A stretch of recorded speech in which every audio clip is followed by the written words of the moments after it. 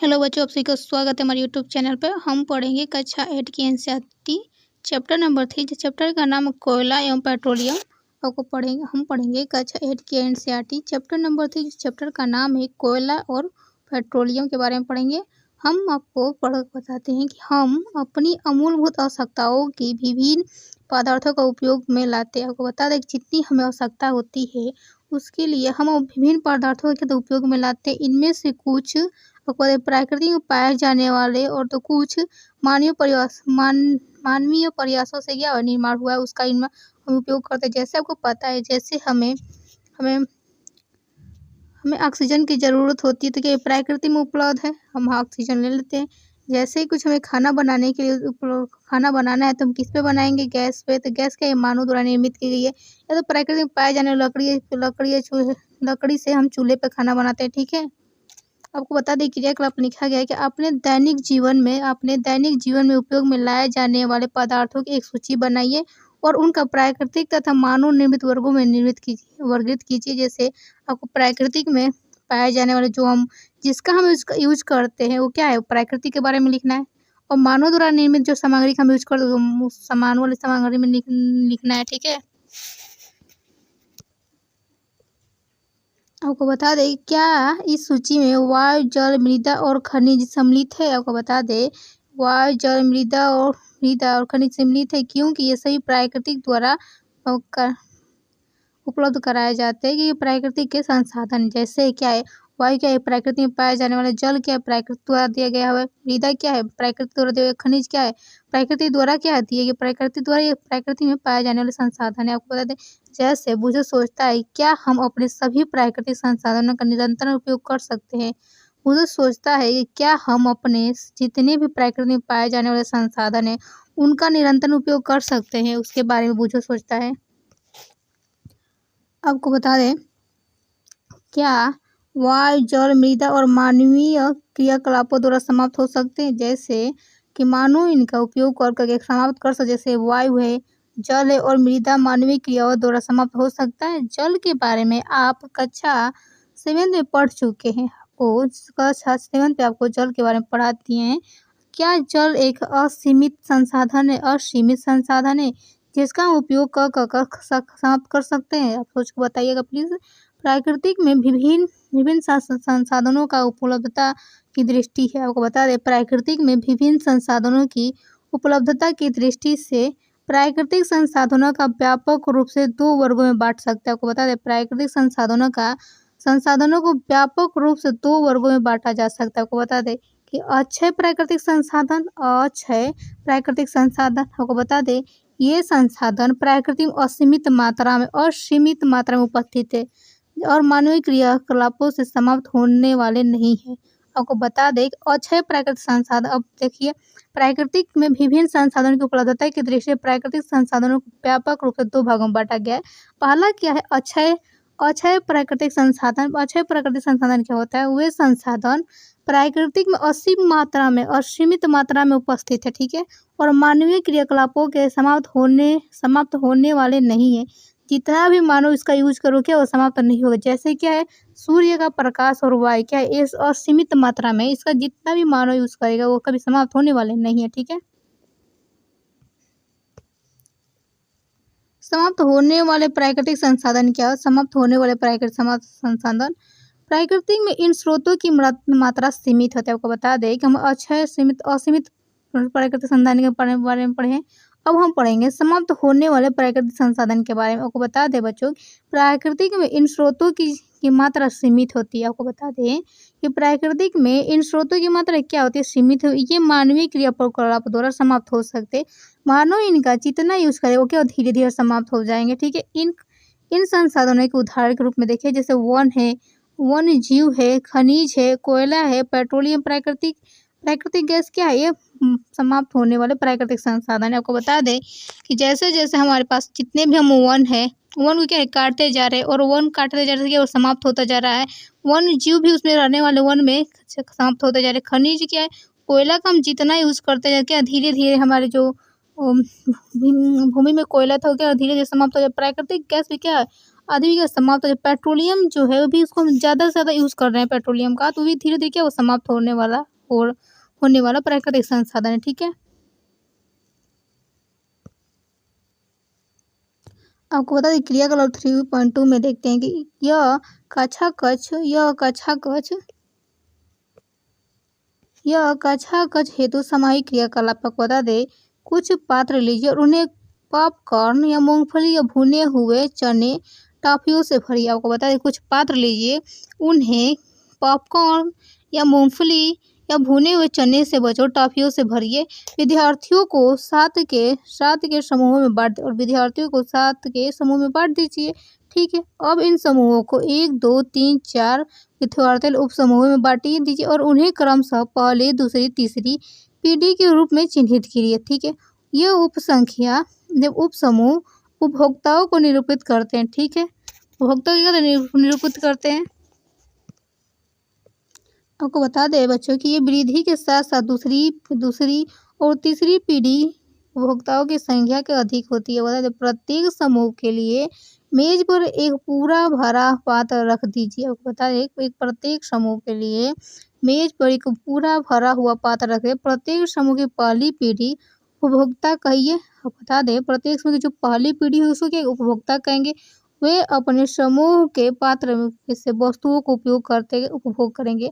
आपको बता दें कि वे अपने समूह के पात्र से वस्तुओं का उपभोग करेंगे। अब प्रत्येक समूह की दूसरी पीढ़ी को भी वैसे ही करने को कहिए। आपको बता दें कि विद्यार्थी से कहिए कि वे प्रत्येक पात्र में वस्तुओं की उपलब्धता को ध्यान से देखें। आपको बता दें कि वे प्रत्येक पात्र में वस्तुओं की जो उपलब्धता होती है उसको वो ध्यान से देखें। यदि पात्र में कुछ शेष बचा है तो प्रत्येक समूह की तीसरी पीढ़ी को इसका उपयोग करने के लिए कहिए। अब अंतिम रूप से देखिए कि तीसरी पीढ़ी के सभी उपभोक्ताओं को खाने हेतु कुछ मिला या नहीं। यह भी देखिए कि पात्र में अब कुछ शेष बचा है, जैसे आप लीजिए, ठीक है।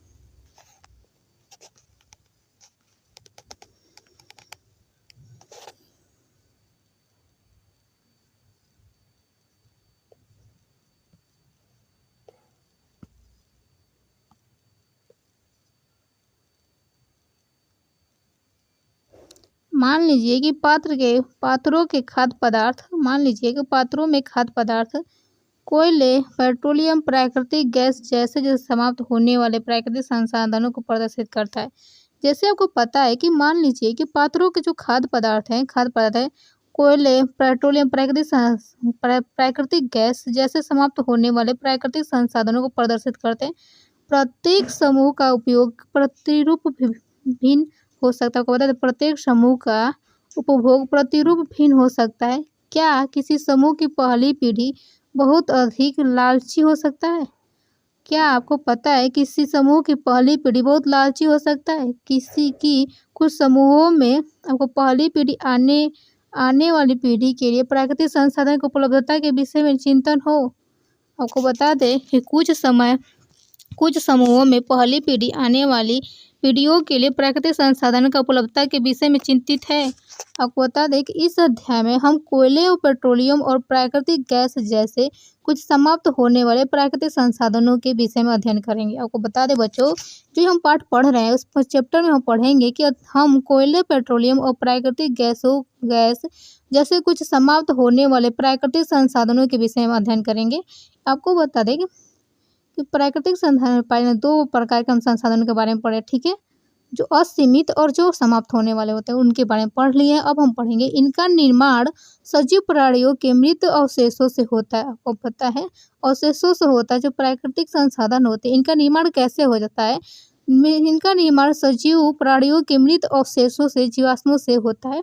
अतः इन्हें जीवाश्मीय ईंधन कहते हैं। किसे कहते हैं? जीवाश्मीय ईंधन कहते हैं। जीवाश्मीय ईंधन के कैसे बनते हैं? इनका निर्माण जो होता है ना जीवाश्मीय ईंधन का सजीव प्राणियों के मृत अवशेषों से होता है, ठीक है।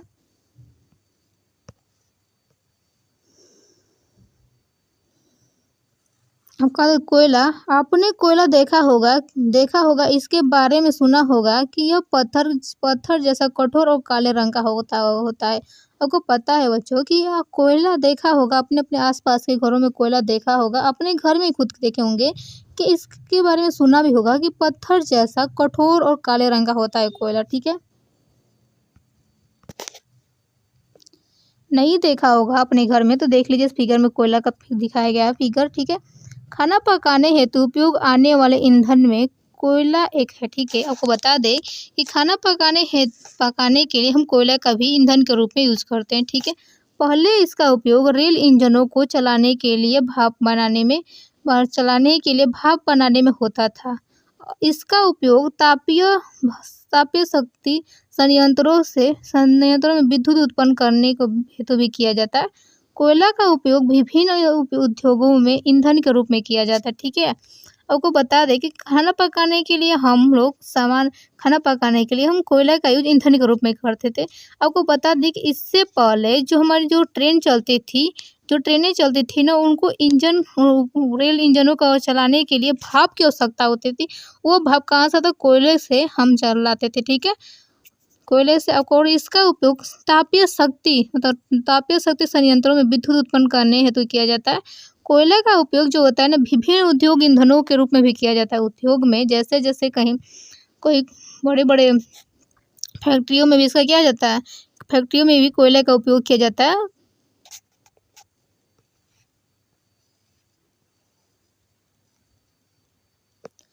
अब हम पढ़ें कोयले की कहानी के बारे में। थोड़ी कोयले की कहानी क्या है उसके बारे में देख लेते हैं। अब तुम कोयले का यूज़ करना देखिए कि कोयले कहाँ कहाँ यूज़ होता है।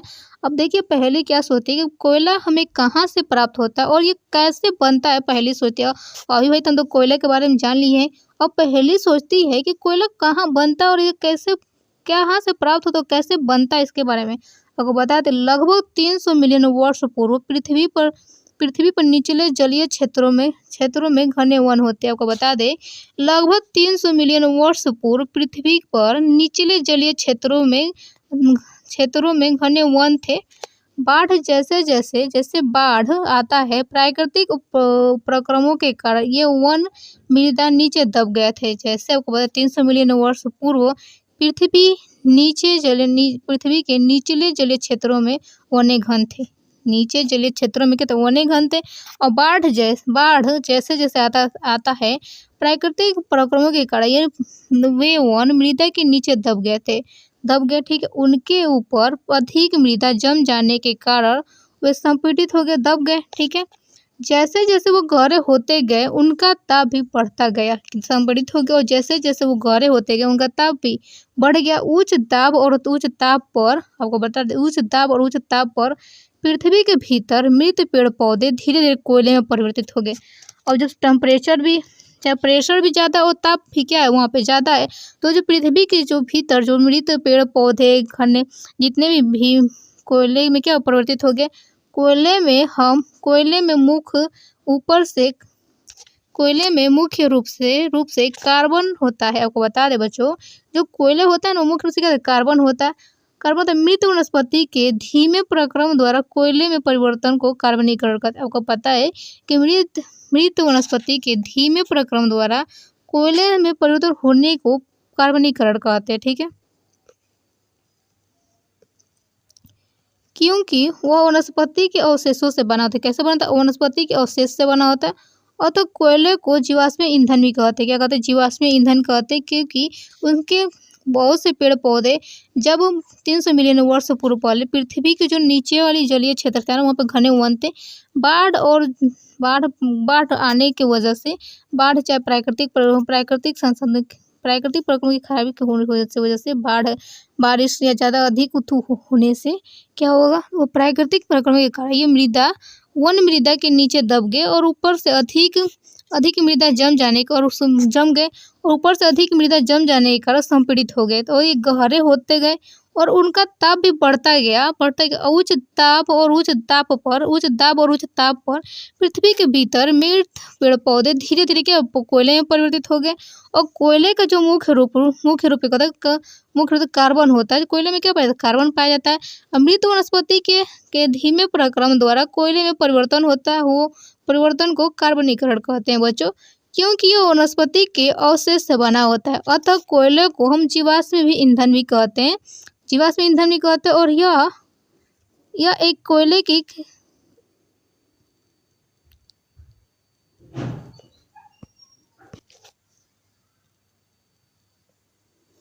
जैसे ये फिगर है, कोयले का एक खान का फिगर दिखाया गया, ठीक है। आपको बता दें कोयला ऐसे ही होता है, ऐसे ही खोद खोद कर जमीन के अंदर से निकाला जाता है, ठीक है। वायु में गर्म करने पर कोयला जलता है, वायु में गर्म करने पर कोयला जलता है और मुख्य रूप से कार्बन डाइऑक्साइड गैस उत्पन्न करता है। उद्योग में कोयले के प्रक्रमण द्वारा कुछ उपयोगी उत्पाद प्राप्त किए जाते हैं, जैसे कोक, कोलतार और कोयला गैस होता है। आपको बता दें कोक क्या होता है उसके बारे में देखेंगे। कोक यह एक कठोर संरंध्र और काला पदार्थ है। कोक कठोर संरंध्र और काला पदार्थ है। यह कार्बन का लगभग शुद्ध रूप होता है। कोक कार्बन का लगभग शुद्ध रूप होता है। कोक का उपयोग इस्पात के औद्योगिक निर्माण और बहुत से धातुओं के निष्कर्षण में किया जाता है। जो कोक का उपयोग होता है ना बच्चों, इस इस्पात के औद्योगिक निर्माण में होता है और बहुत सी धातुओं के निष्कर्षण में किया जाता है। आपको बता दें। अब हम पढ़ेंगे कोलतार। कोलतार क्या होता है उसके बारे में पढ़ेंगे।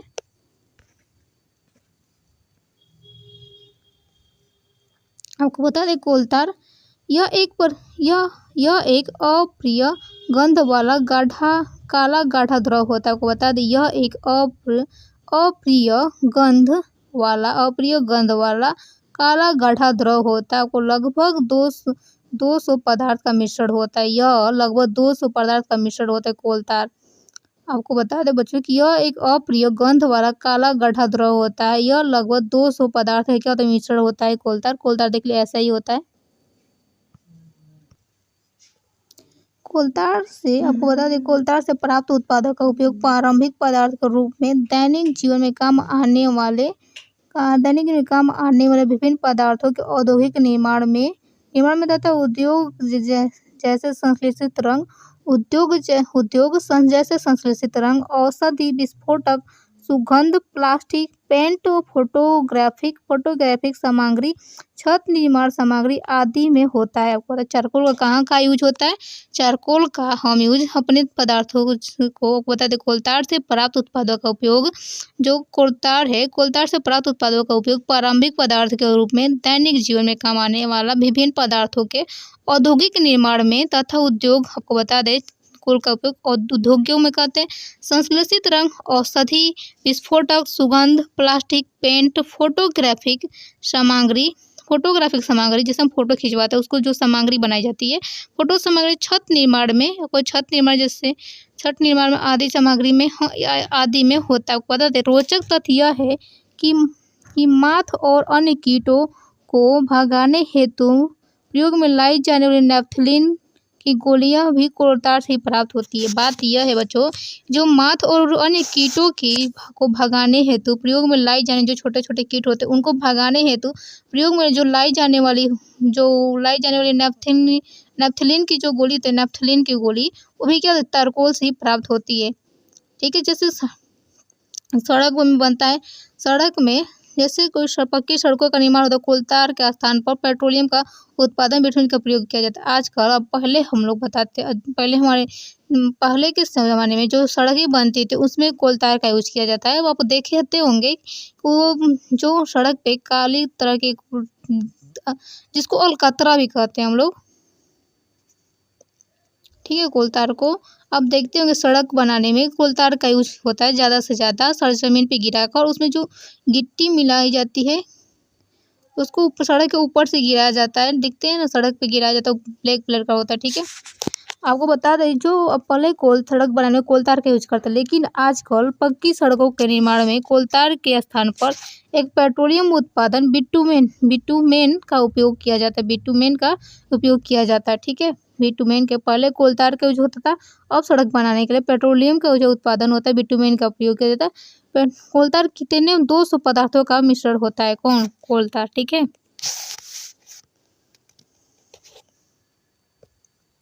अब पढ़ेंगे कोल गैस क्या होता है उसके बाद पढ़ेंगे।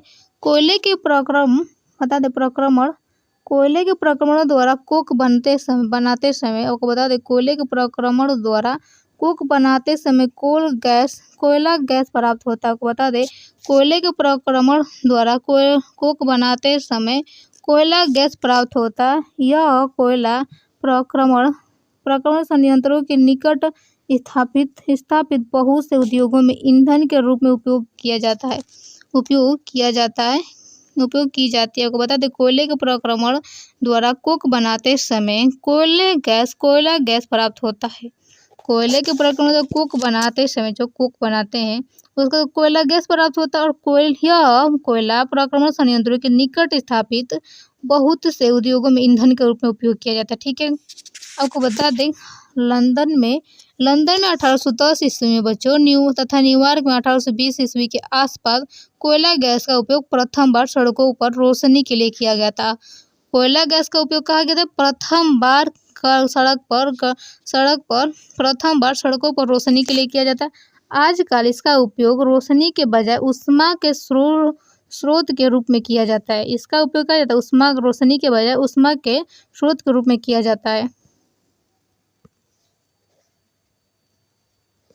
अभी तो बच्चों हम कोयला के बारे में पढ़ें, कोयला कहाँ से मिलता है, उसका यूज कहाँ कहाँ होता है। ठीक है, अब हम पढ़ेंगे पेट्रोलियम के बारे में पढ़ेंगे। पेट्रोलियम कहाँ से, आप जानते हैं बच्चों कि ईंधन के रूप में पेट्रोल का उपयोग हल्के स्वचालित वाहनों, आपको बता दें, ईंधन के रूप में पेट्रोल का उपयोग हम हल्के स्वचालित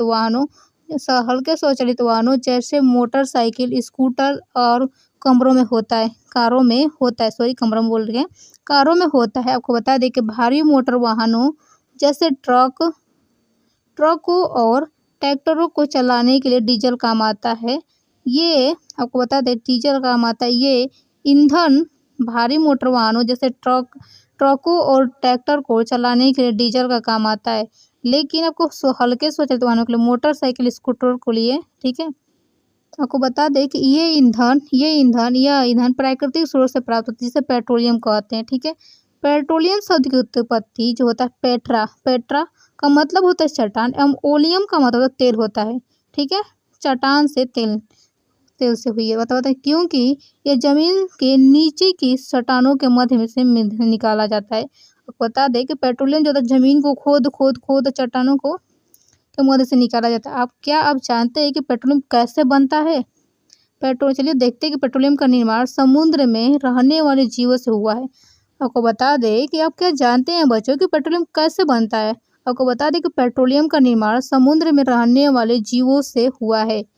जब ये जीव मृत हुए तो उनके शरीर समुद्र के जो पेदी में जाकर क्या जम गए, फिर से रेत मिट्टी द्वारा ढक दिए गए। जैसे जैसे समुद्र में रहने वाले जीव, आपको बता दें समुद्र में रहने वाले जीव जब जीव मृत हो गए इनके शरीर के समुद्र के पेदी में जाकर जम गए, और रेत ऊपर से उसके शरीर पे रेत मिट्टी की तह के ऊपर द्वारा ढक गए। लाखों वर्ष में वायु की अनुपस्थिति, जहाँ पे एयर न हो और उच्च ताप भी हो और एयर न हो, तो मृत जीवों को पेट्रोलियम और प्राकृतिक गैस में परिवर्तित कर दिया गया। जो मृत जीव थे वो पेट्रोलियम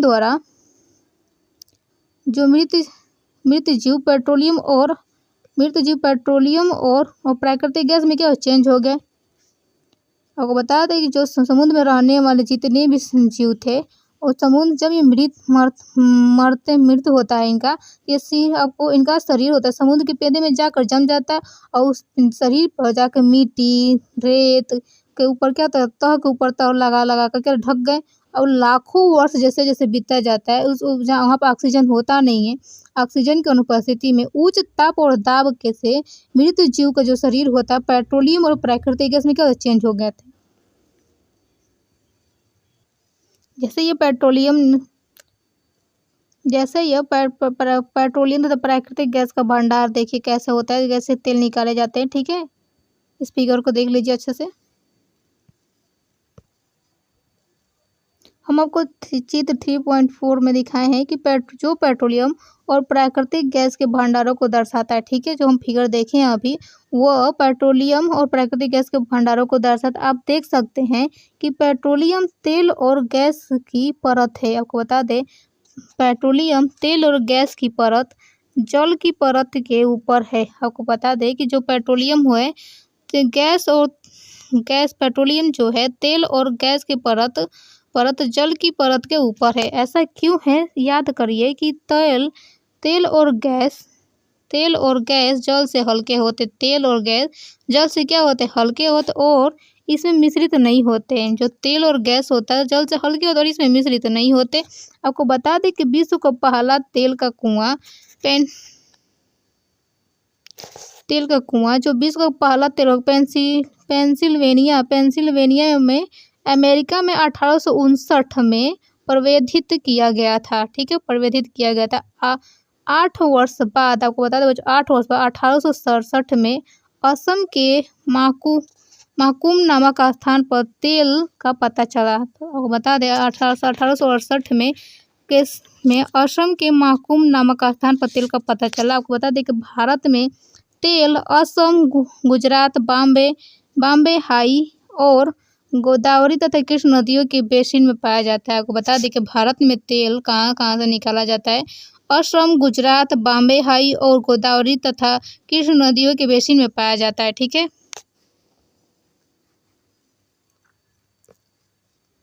अब हम पढ़ेंगे पेट्रोलियम का प्रसंस्करण। किसके बारे में? पेट्रोलियम का प्रसंस्करण। आपको तो पेट्रोलियम गहरे रंग का तेलीय द्रव है। पेट्रोलियम कैसा होता है? गहरे रंग का तेलीय द्रव होता है, लिक्विड होता है।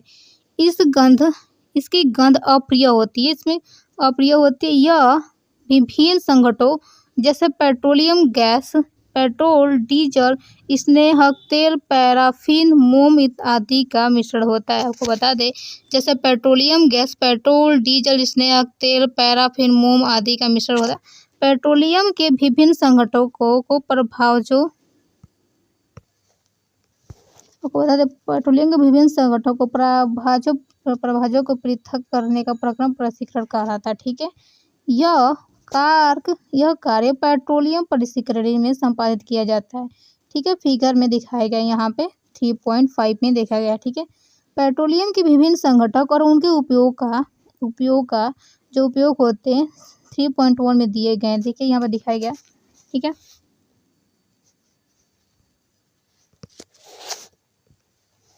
आपको बता दें कि पेट्रोलियम और प्राकृतिक गैस में अनेक उपयोगी पदार्थ प्राप्त किए जाते हैं। ठीक है, जिन्हें हम पेट्रो रसायन कहते हैं। बच्चों को पता है कि पेट्रोलियम और प्राकृतिक गैस से हम अनेक उपयोगी पदार्थ प्राप्त किए जाते हैं, जिन्हें हम पेट्रो रसायन कहते हैं। इनका अपमार्जक रेशो पॉलिएस्टर, नायलॉन, एक्रिलिक आदि में करते हैं। ठीक है, आपको पता है कि पॉलीथीन और अन्य मानव निर्मित प्लास्टिक आदि का औद्योगिक निर्माण में किया जाता है। प्राकृतिक गैस से प्राप्त हाइड्रोजन गैस का उपयोग उर्वरक के उत्पादन में किया जाता है। प्राकृतिक गैस से प्राप्त जो हाइड्रोजन गैस है, उसका उपयोग हम उर्वरक के उत्पादन में किया जाता है। अपने बहुत अधिक व्यावसायिक महत्व के कारण पेट्रोलियम को काला सोना भी कहा जाता है। आपको बता दें, बच्चों को पता है कि काला सोना किसे कहते हैं? कि पता है कि अपने बहुत अधिक व्यावसायिक महत्व के कारण पेट्रोलियम को काला सोना भी कहा जाता है। ठीक है, अब हम पढ़ेंगे प्राकृतिक गैस। प्राकृतिक गैस क्या होता है उसके बारे में पढ़ेंगे। ठीक है, प्राकृतिक गैस के बारे में आपको बता दें, प्राकृतिक गैस एक बहुत महत्वपूर्ण जीवाश्म ईंधन है। कैसी है प्राकृतिक गैस? कैसी होती है बच्चों? प्राकृतिक गैस एक बहुत महत्वपूर्ण जीवाश्म ईंधन होती है, क्योंकि इसका परिवहन पाइपों द्वारा सरलता पूर्वक हो जाता है। आपको बता दें कि जो इसका परिवहन होता है ना बच्चों, उस पाइपों द्वारा सरलता पूर्वक हो जाता है। प्राकृतिक गैस को उच्च दाब पर संपीड़ित प्राकृतिक गैस सीएनजी के रूप में भंडारित किया जाता है। प्राकृतिक गैस को उच्च दाब पर संपीड़ित प्राकृतिक गैस सीएनजी के रूप में भंडारित किया जाता है। सीएनजी का उपयोग ऊर्जा उत्पादन हेतु किया जाता है। आपको पता है कि अब इसका उपयोग परिवहन वाहनों में ईंधन के रूप में भी किया जाता है। पहले ऊर्जा उत्पादन में किया जाता है, अब इसका उपयोग परिवहन वाहनों के ईंधन के रूप में किया जाता है। क्योंकि यह कम प्रदूषणकारी है, क्योंकि यह कम प्रदूषणकारी और यह एक स्वच्छ ईंधन है। क्या है? स्वच्छ ईंधन है। सीएनजी का अधिक लाभ यह है कि इसको घरों और कारखानों में सीधा जलाया जा सकता है। आपको बता दें, सीएनजी का अधिक लाभ यह है कि इसे घरों और कारखानों में सीधा जलाया जा सकता है, जहाँ इसकी आपूर्ति पाइपों के माध्यम से किया जाती है, जहाँ पे इसका उपयोग पाइपों के माध्यम से की जाती है। आपको बता दें बच्चों कि पेट्रोलियम के विभिन्न संघटक और उनके उपयोग कौन कौन से, तो जैसे यह द्रवित पेट्रोलियम गैस एलपीजी भी पेट्रोलियम से ही प्राप्त होता है। जैसे क्या है, इसका यूज एलपीजी का यूज घरों और उद्योगों में ईंधन के रूप में किया जाता है। जो हमारे घर में गैस आता है जिसमें हम खाना बनाते हैं, वो क्या लिक्विड पेट्रोलियम गैस का ही वाला होता है, ठीक है, एलपीजी का उपयोग होता है। अब हम पढ़ेंगे पेट्रोल। पेट्रोल का कहाँ उपयोग होता है? मोटर ईंधन, शुष्क धुलाई के लिए भी बिलाई के रूप में उपयोग किया जाता है पेट्रोल का। मिट्टी तेल का हमको स्टोव, लैंप, जेट वायुयान के लिए ईंधन का उपयोग होता है। डीजल का उपयोग आपको पता है डीजल का उपयोग हम भारी मोटर वाहनों और विद्युत चलित के ईंधन में किया जाता है। स्नेहक तेल का उपयोग स्नेहक के रूप में किया जाता है। पैराफिन, मोम आपको बताते हैं, मलहम होता है। मोमबत्ती और वैसलीन आदि में किया जाता है, ठीक है। बिटुमेन का जो यूज होता है ना, पेंट और सड़क निर्माण में किया जाता है। पेंट और सड़क निर्माण में मोम का मरहम बनाने, जो हमारे मलहम आते हैं, ऑइंटमेंट आते हैं, उनको क्या था, उसमें क्या था, पैराफिन मोम होता है। मोमबत्ती होता है, मोमबत्ती में कौन सा पेट्रोलियम का संघटक होता है? पैराफिन पाया जाता है। वैसलीन में क्या है? वैसलीन भी एक पैराफिन मोम पाया जाता है, ठीक है। जो पाइपलाइनों का आपको बता दो, जो सीएनजी था, पाइपलाइनों का ऐसा एक जाल बड़ोदरा तथा गुजरात, दिल्ली के कुछ भागों और अन्य स्थानों पर उपलब्ध है, ठीक है। जो सीएनजी का जो ट्रांसफर होता है पाइपलाइनों का एक ऐसा जाल बड़ोदरा, गुजरात और दिल्ली के कुछ भागों के अन्य स्थानों पर उपलब्ध है। प्राकृतिक गैस का उपयोग प्रारंभिक पदार्थ के रूप में बहुत से रसायनों और उर्वरकों के औद्योगिक निर्माण में किया जाता है। जो प्राकृतिक गैस है ना बच्चों, उसका उपयोग प्रारंभिक पदार्थ के रूप में बहुत से रसायनों और उर्वरकों के जो उर्वरक होते हैं, उर्वरक के औद्योगिक निर्माण में किया जाता है। भारत में प्राकृतिक गैस का विशाल भंडार है। आपको बता दें, जो भारत है ना, हमारा देश है ना जो बच्चों, वो क्या प्राकृतिक गैस का विशाल भंडार है। हमारे देश में प्राकृतिक गैस त्रिपुरा, राजस्थान, महाराष्ट्र, कृष्णा, गोदावरी डेल्टा में पाई जाती है। आपको बता दें बच्चों, जो हमारे देश में प्राकृतिक गैस त्रिपुरा, राजस्थान, महाराष्ट्र और कृष्ण गोदावरी डेल्टा में पाई जाती है। अब बुझो क्या सोचता है, क्या प्रयोगशाला में मृत जीवों से कोयला और पेट्रोलियम प्राकृतिक गैस बनाई जा सकती है? अब बुझो सोचता है कि क्या हम प्रयोगशाला में, जो हमारा लेबोरेटरी में हम मृत जीवों, कोयला और पेट्रोलियम और प्राकृतिक गैस बनाई जा सकती है?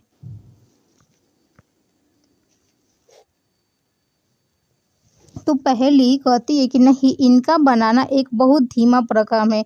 आपको बता दें, इनका बनना एक बहुत धीमा प्रक्रम, इसमें लाखों करोड़ वर्ष लग जाते हैं और इनके बनने की परिस्थिति प्रयोगशाला से उत्पन्न नहीं की जा सकती है। अब पहेली जवाब देती है, बूझो तो सोचता है कि पेट्रोलियम प्रयोगशाला में हम मृत जीवों से कोयला और पेट्रोलियम और प्राकृतिक गैस बना सकते हैं, पर लेकिन पहेली जवाब देती है इसका कि इनका बनना एक बहुत धीमा प्रक्रम है और यह इनके बचने की जो परिस्थितियां है ना, प्रयोगशाला में उत्पन्न नहीं की जा सकती।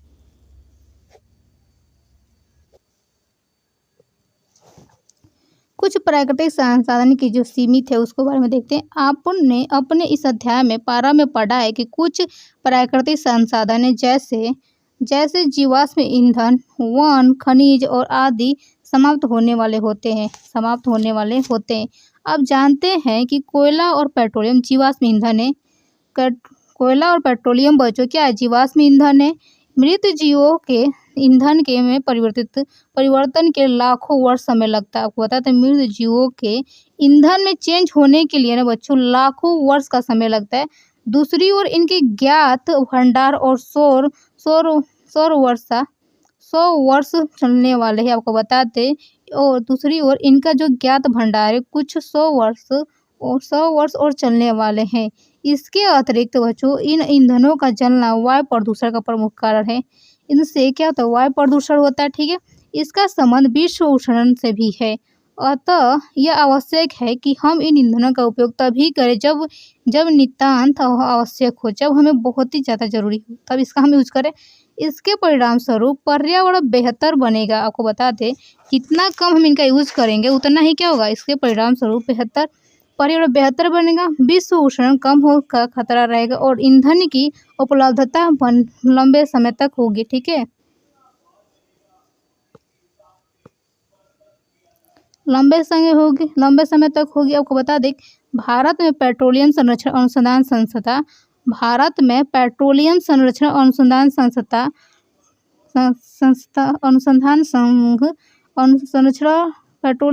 अनुसंधान संघ लोगों को सलाह देती है कि गाड़ी चलाते समय किस प्रकार पेट्रोल डीजल बचाए। ठीक है, आपको बता दें जो भारत की जो पेट्रोलियम संरक्षण अनुसंधान संघ है ना, वो लोगों को सलाह देती है बच्चों की गाड़ी चलाते समय, जो आप कार मोटर कुछ भी चलाते हैं, गाड़ी चलाते समय किस प्रकार के पेट्रोल डीजल बचाए जाए, उनके गुरु देखते हैं। ठीक है, जहाँ तक संभव हो गाड़ी सामान्य या मध्यम गति से चलाइए।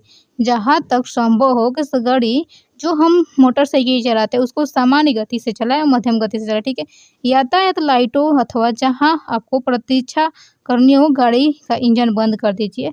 आपको बता दें कि जहाँ यातायात करते समय लाइटों पर अथवा जहाँ आपको वेट करनी हो गाड़ी का इंजन बंद कर दीजिए। और टायरों का दाब सही रखिए, टायरों का जो दाब होता है हवा भर कर रखिए। ठीक है, और गाड़ी का नियमित रख रखाव सुनिश्चित कीजिए। गाड़ी का जो हमारी कार है, चाहे वो कार है, मोटरसाइकिल है, चाहे कुछ भी है, उसका क्या है नियमित रख रखाव सुनिश्चित कीजिए। ठीक है, आपको ये वीडियो कैसे लगी प्लीज़, वीडियो बच्चों अच्छी लगी तो इस वीडियो को लाइक और शेयर और सब्सक्राइब करना ना भूलें।